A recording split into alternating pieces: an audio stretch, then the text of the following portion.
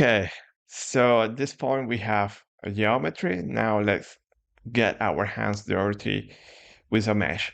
So you should have this folder. So you have in the video description the link also for the geometry. You will have the link where to get the geometry. Here you should have this. And here we have the case ready to go. So at this point, I'm assuming that we know everything about snappyHexMesh, all the tricks, options, and so on. We haven't covered a couple of functions, I think one or two. Later, there are some specific tutorials just to show you that, but we have the most important. And we have seen that we can generate meshes, nice meshes, body fitted meshes with no problem. Then the issues arrive when we start to deal with boundary layer mesh, and in particular, very, very, very fine inflation layers. And we look at some tricks how to address that using that Excel worksheet, but not necessarily you need to have it always by memory. Already know how things will work. And well, always look at the aspect ratio, which is important. Now the most critical quality metric when it comes to boundary layer. So let's generate this case. So here first we do the mesh and then we run the simulation. We have the case ready to run. And let's run the quartz mesh. Okay, the quartz mesh is the base case. So this one will look at this file and the surface feature also. So let's open those two files just to revisit. So surface features, extract the features. So look at that, I'm reading a whole bunch of geometry. So look at AB1, Ahmed body 1, Ahmed body 1, Ahmed body 2, support STL. Here I have some surfaces with the run normals that I'm not going to use, but when you see run normals means you have the solid run normals, and we visit that. We studied that in the previous tutorial. And then this is the letter W, letter D, and the logo. Okay, so you start everything, and then we read here. This is the snappyHexMesh where all magic happens. 3 steps at the same time.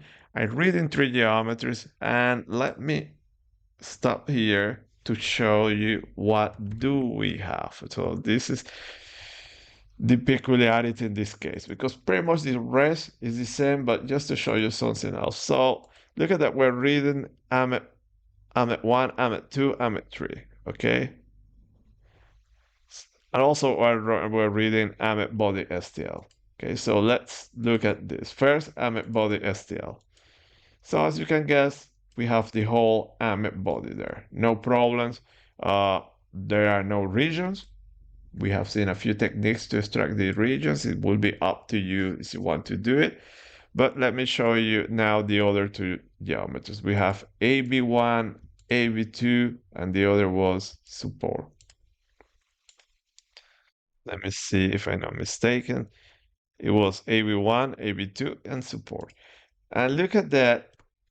You have it there. But basically what I did here is that I took my solid and I split it in different geometries. So I have this geometry, this solid, this is a closed solid, okay, for our purpose. So if I use surface check here, I'm not going to get any error. Then I put that solid together with this one, which is also a closed solid. So in the previous case, the pipe, when I assembled, there were surfaces, there were not solid. So that is the difference between internal geometers, external geometers, and actually the pipe, the mixing elbow, you can get your way around, but it's not very straightforward. So again, it's closed, no problems. You run surface check, and then the support, another solid. So you put everything together, and Snappy will see everything as a single solid. Okay, so we're going to run both cases. Okay, so just so you can see that it is true. I have to say that I overly complicated things by doing this, but okay, by doing this subdivision, but there is no problem. Okay, you can work with this. Important, have your normals oriented in the same way, and in this case, as every single part, it is a closed solid. You are not going to have that issue with the regions like in the pipe. Okay, so this is the only thing. Then we extract all the features and so on. So let me put one feature here. And actually now I already extracted, so I can go here, and I should have Ahmed body there. I should have all the features. So we're going to capture all these feature edges. So see that here it doesn't capture the whole stuff, but usually you need to play with the angle. So I leave it up to you to play with the angle. So I have to say that it's not so easy. So recall when we used fluid mesh and that we did it directly in the CAD. So this is easier to do it in the CAD or taking another support surface and using that support surface to capture the whole geometry. Then look at that here. It doesn't capture this angle here. Okay, so remember that the image file can be manually constructed. So this is a very easy one. You know this point, this point. Why do we know those points? Because we have the geometry, and you simply click here. You have the coordinates, and you have the coordinates there. To talk about this one, you can extract this surface, zero thickness, and now you have this surface, and you can use this surface to extract all the features in the right way. Okay. So here the solid doesn't manage, but if you get a single surface, it will work better. Okay, we'll extract that. So you don't believe me, do it and you'll see. Okay. So by the way, I'm doing these tutorials. I didn't I didn't prepare this a priori. I'm doing it on the fly. So if I get errors, the errors get recorded. We have everything. What else do I need to say? Okay, in this case also we're reading I think we are reading somewhere we should, okay, these are the edges, geometry. We have the refinement zone. So recall in the previous cases, we were using an internal object in Snappy to create the refinement zone. In this case, let's read an STL. It works exactly in the same way. Okay, so this is to get a visual reference. So your block mesh, these coordinates also remember corresponds to the vertices that we have here. So I want to reproduce the exact same domain. I have an spacing of 0.1 and pretty much we're done. So we keep reading a little bit here. So I'm reading all the geometries at the same time, but you need. Then also look at it here and creating a reference plane that I'm going to use to add refinement at the ground, standard options, apply image here. So here I'm forcing, but remember that it's better to use this option. Okay, levels. And also apply here in this support, look at that I'm using levels here. Okay, so if you use level 5, it's not going to work. I disabled this one. So for the next one, we're going to show you that. Then ahmed body. So in this case, look at that ahmed body. We're going to do first the geometry. ahmed corresponds to the whole geometry STL. So first, let's do it with the whole body, and then we apply it to the uh, individual cases that here. So here, I'm at 1, 2, and 3, same refinement, and the rest is pretty much the same. So refinement regions, box STL. So we're reading the STL, apply a refinement inside of one. Ground plane, we created that plane here at the beginning, or you can read a surface, it's up to you. And from this plane, I want to add some refinement using distance. You have it there. And then ahmed 3, which is the support, the stills. We add this distance refinement also. And that's all. The rest, here you have layers. So 3 layers just to generate something. Then I leave it to you if you want to go wall resolving. So when we run this mesh, you will see that the y plus will be something about 50, 60. It is wall modeling. And talking about that, if you are not familiar with that, that is related to turbulence. Turbulence is a completely different beast that we need to address in a different way. So that is another training. Okay, and you can guess that a training in turbulence is this one is I'm recording 50 videos. A training turbulence will be like 100 videos. So that will be let's say in 3 months, probably I will have everything ready and a standard option. So much, as you see, quite easy.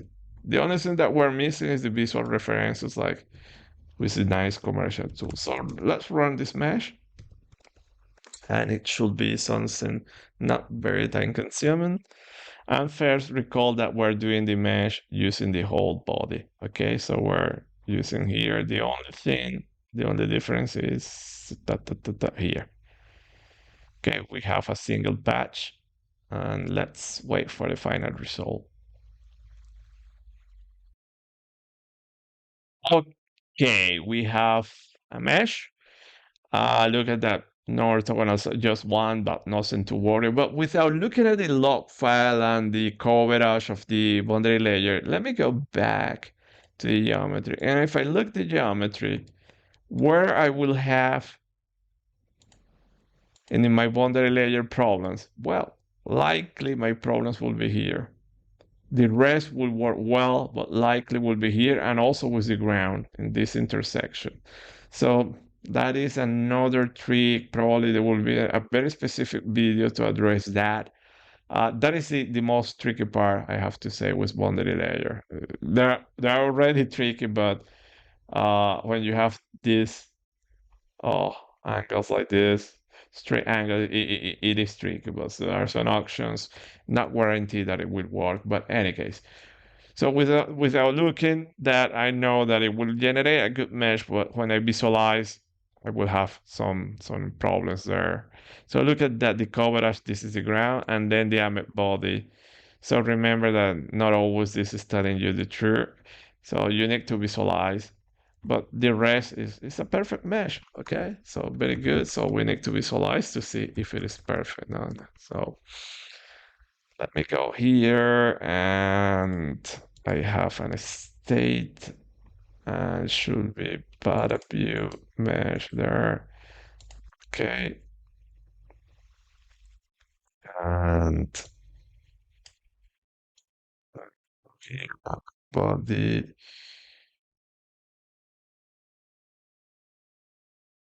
with body. There you go. So the Ahmed body, you can let me plot there. Bam, bam, bam, and look at that. The coverage is 5 as I ask. So look at that number that is telling you is far from what you reality have. Also, it was telling you that I was telling what 75, 76, something like that. Let me see if I find it here. Right, it was somewhere here. So see that is saying, okay, it's 76, but it's far from what you have now. So here is it's quite perfect. Now the only problem, as I told you, as expected, it is here. So that can be controlled, different techniques. So let me just to mention something about that. Okay, no. Okay, so look at this plane there that we have. Let me. So one way that you can use to control that is that at the meshing time, do not generate the mesh from the stills. Okay, so do the iterative method, generate just the body, okay, and the stills don't do anything. And likely it will get here straight to this one, straight to this one, and then in a successive step, generate the stills. So it will be perfect, but it will be something better than this. But honestly, I don't complain about this. This is okay. Another way around is get a finer here mesh around those surfaces, and likely it will be much better. But yeah, this is a quite good mesh. No complaints at all. Okay, so be careful always about what is reporting on the log files. Also, we were talking about here, look at that, you have two inflation layers so they can collide, and here remember that you are shifting, so that might be a problem. So advice is to add here, in this case, you know what is happening, probably refine a little bit more this on just to add more cells there. But for the rest, nothing nothing to say. So now let's redo this one, but instead of using the Ahmed, let me use this one. So this one will read the three solids. They are closed solids. So you don't believe me, use surface check.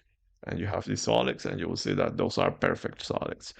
So let me rerun now using this auction, and in theory we should get exactly the same outcome. Probably one number here and there will be different, but should be something extremely similar. Okay, we have a mesh. So now see that you have the three surfaces. Now how we split the body. If I will recall the previous case, we have one cell. Now we have two, but not much different. And now if we go here, bam, bam, bam, bam, bam, look at that. Pretty much very good coverage. And AMEC 3, which are the support, the cylinders, is where you have the problems. Okay, so if you average this, probably will be close to what you have in the previous one with a single body. But any case, let's visualize here.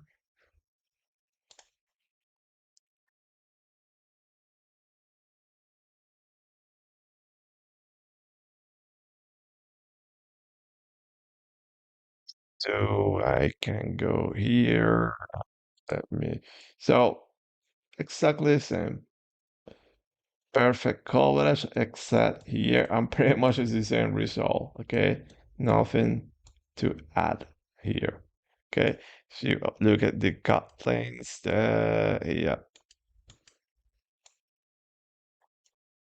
the same problem there.